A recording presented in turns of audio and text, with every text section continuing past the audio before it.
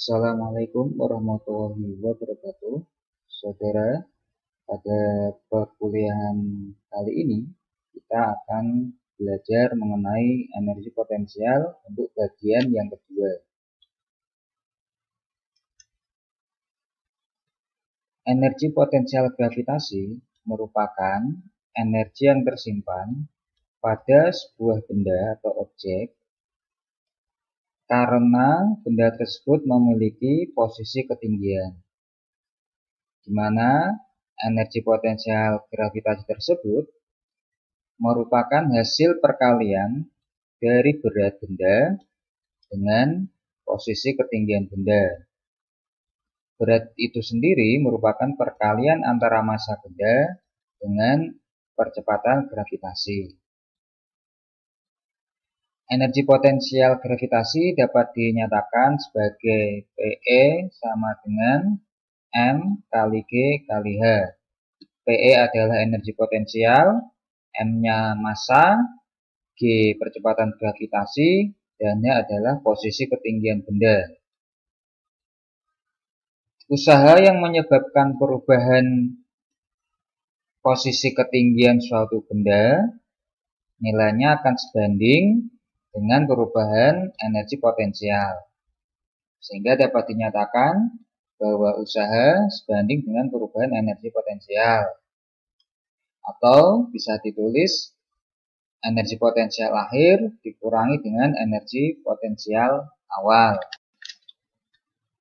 Ketika energi yang tersimpan mulai digunakan bergerak, maka benda akan mengalami perubahan energi dari energi potensial menjadi energi kinetik. Energi potensial dapat diubah menjadi energi kinetik ataupun sebaliknya. Nah, bisa dituliskan perubahan energi kinetik sebanding dengan minus dari perubahan energi potensial. Ada minus ini menunjukkan bahwa jika perubahan energi potensial semakin kecil, maka perubahan energi kinetiknya semakin besar. Sebaliknya, bisa juga dituliskan menjadi energi kinetik awal ditambah energi potensial awal sebanding dengan energi kinetik akhir ditambah energi potensial akhir. Jika tidak ada usaha yang bekerja yang dilakukan oleh gaya non-konservatif, misalkan gaya geser, maka energi total atau energi mekanik akan bernilai konstan. Nah, ini ada simulasi perubahan energi potensial dan energi kinetik. Kalau saudara perhatikan, mula-mula ada seorang pada posisi yang tinggi, posisi ketinggian maksimum. Di situ dia punya energi potensial maksimum. Energi kinetiknya masih minimum atau 0 karena masih diam. Begitu mulai bergerak ke bawah, maka energi kinetiknya akan semakin besar, energi potensialnya akan semakin kecil atau minimum. Hingga sampai di dasar, energi kinetiknya akan maksimum, energi potensialnya akan minimum. Nah, ini juga simulasinya untuk memperjelas ilustrasi tentang perubahan energi potensial terhadap energi kinetik. Ini ketika benda berada pada posisi yang tinggi, maka nilai kecepatan gerak bendanya masih rendah.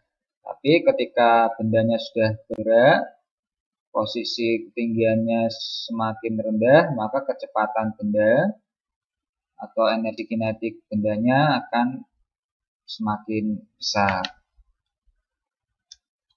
Nah, berikutnya ini contoh-contoh soal yang berkaitan dengan energi potensial dan juga energi kinetik atau energi total dari keduanya. Contoh yang pertama, ada pesawat dengan massa 14.000 kilo terbang pada ketinggian 490 meter dengan kecepatan sekitar 216 km per jam. Tentukan besarnya energi mekanik total pada pesawat tersebut. Nah, karena yang ditanyakan adalah energi mekanik atau energi total, maka energi mekanik atau energi total merupakan gabungan antara energi kinetik dengan energi potensial. Ini tadi sudah ada persamaannya di sini. Energi mekanik merupakan gabungan antara energi kinetik dengan energi potensial. Nah, bisa kita tuliskan masing-masing besarannya. Energi kinetik setengah M kali V kuadrat ditambah energi potensial M kali G kali H. Kita masukkan besarnya nilai masing-masing, masanya 14.000 kg dan kecepatannya ini dalam satuan kilometer per jam, dirubah dulu menjadi meter per second. Dapatlah 60, lalu dikuadratkan ditambah dengan massa kali gravitasi anggap 10 dan kali ketinggian, maka diperoleh sekitar total energinya yaitu 93,8 kali 10 pangkat 6 Joule. Berikutnya contoh yang kedua, ini Tony yang punya massa 66 kg mengendarai skateboard mulai dari posisi diam di puncak, kemudian dia menuruni lintasan. Jika massa skateboardnya dan juga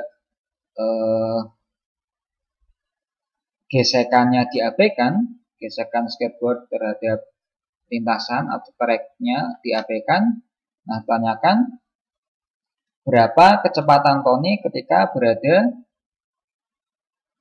di dasar lintasan yang awal, lintasan yang sini. Jadi mula-mula ada di puncak sini, kemudian turun dari ketinggian 18 meter sampai di dasar yang awal, jadi sampai sini saja itu berapa kecepatannya ketika mencapai dasar yang awal sini.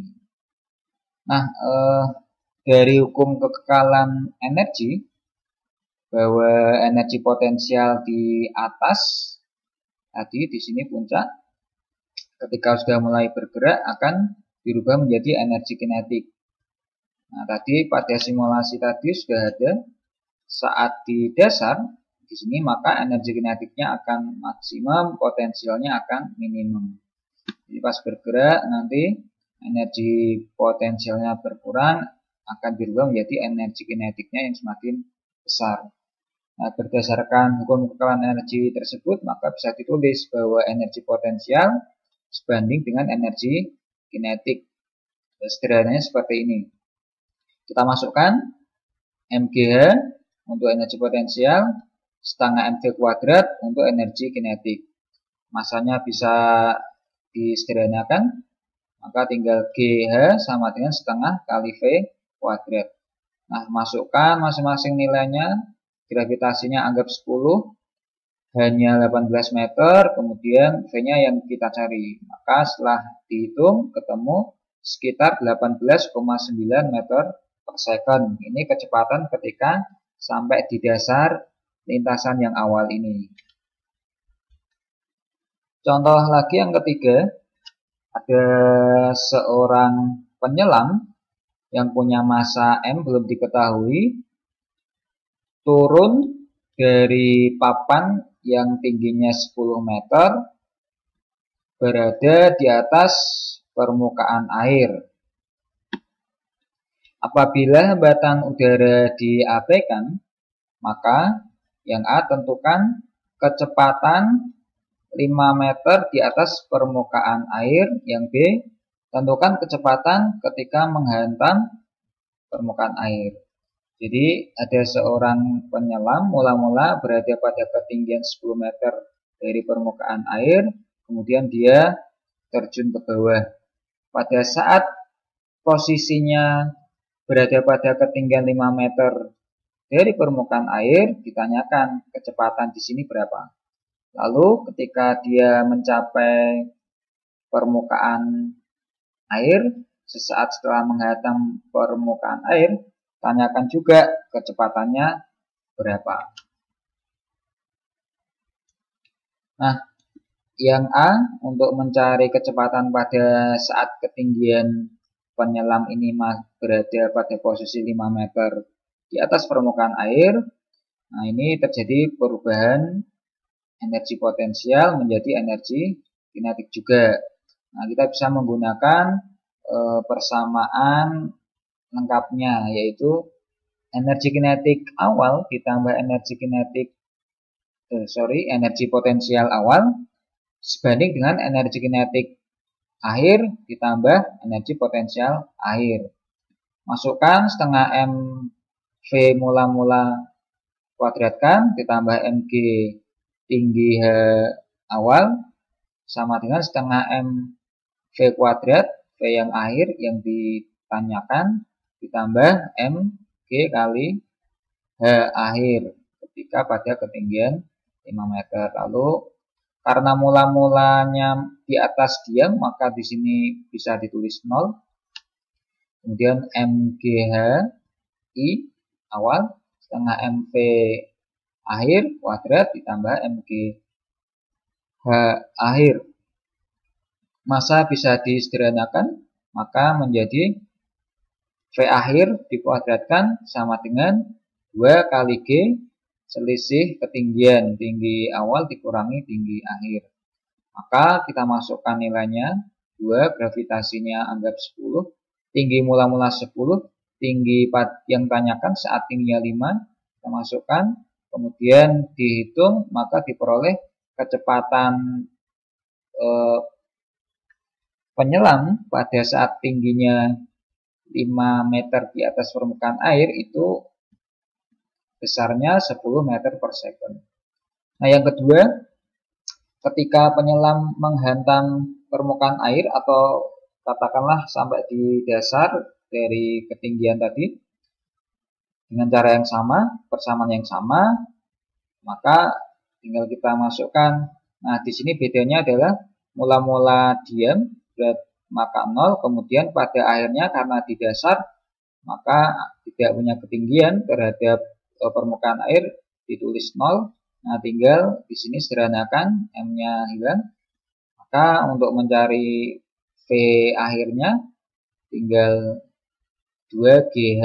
Masukkan 2 kali G-nya anggap 10, hanya pakai posisi yang awal 10, maka diperoleh besarnya V sekitar 14 meter per second.